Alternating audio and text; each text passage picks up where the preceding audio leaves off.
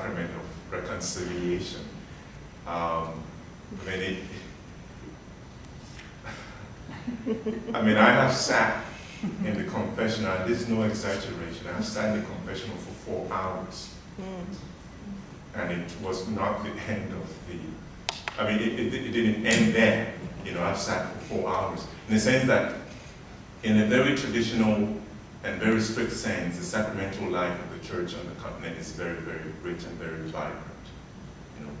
Participation in and practice of the sacrament is a very, very strong dimension of the Christian communities that I'm familiar with in the church in Africa. It's very, very strong. Whether you look at it through the sacraments of the Eucharist, or penance, or reconciliation, or marriage, these are very, very strong dimensions of the church. It is not dropping out. Just curious what you said to your dear mother when she said you'd like to be family man.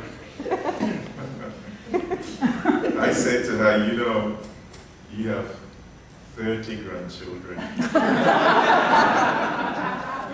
granddaughter, and you surely have enough to deal with. But I know that we're going to have this conversation again.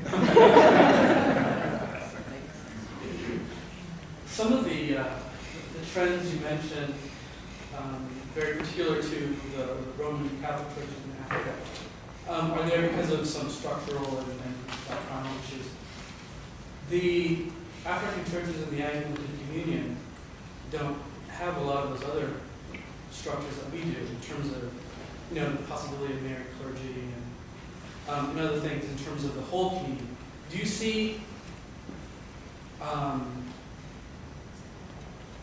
examples, possibilities that they, in Anglican communions, that they've done in order to kind of address some of those same trends and taboos that you mentioned?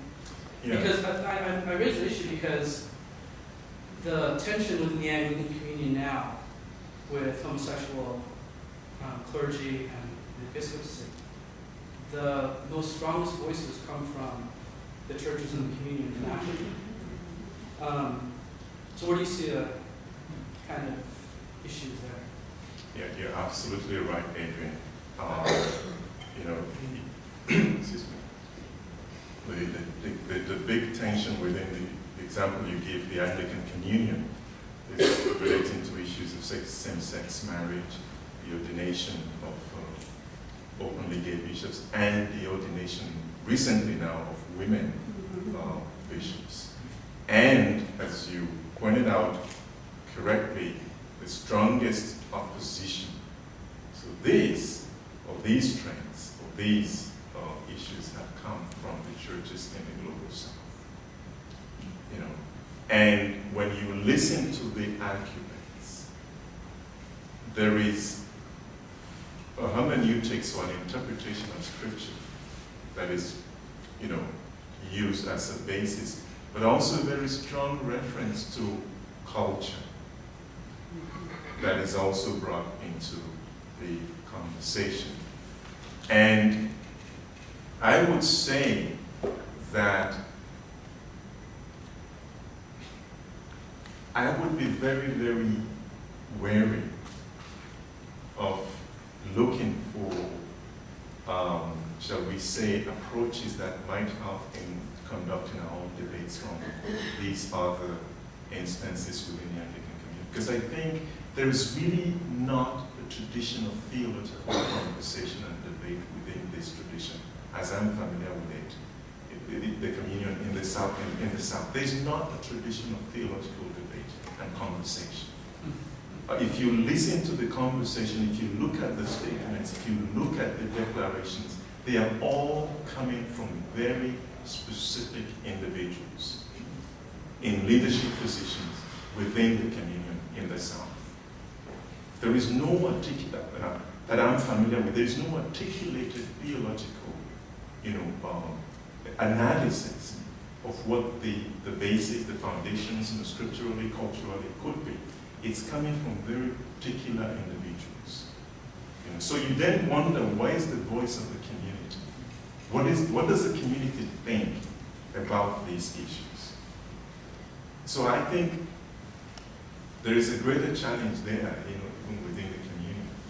And when I look at our situation in the Roman Catholic tradition, I think we still have something that I value very much, and that is the theological dimension of the issues.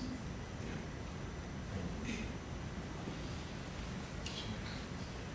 Well, it's about time. I think that we all feel invited to the next conversation in a week, since there were several points that were put off for that. So I trust that you will join us for that and perhaps invite other friends. But let's give a round of applause to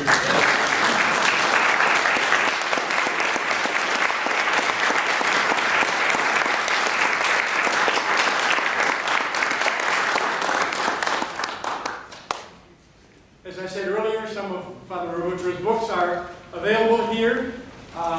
We also have a sign-up sheet if you're interested in knowing more about the work of the Lane Center.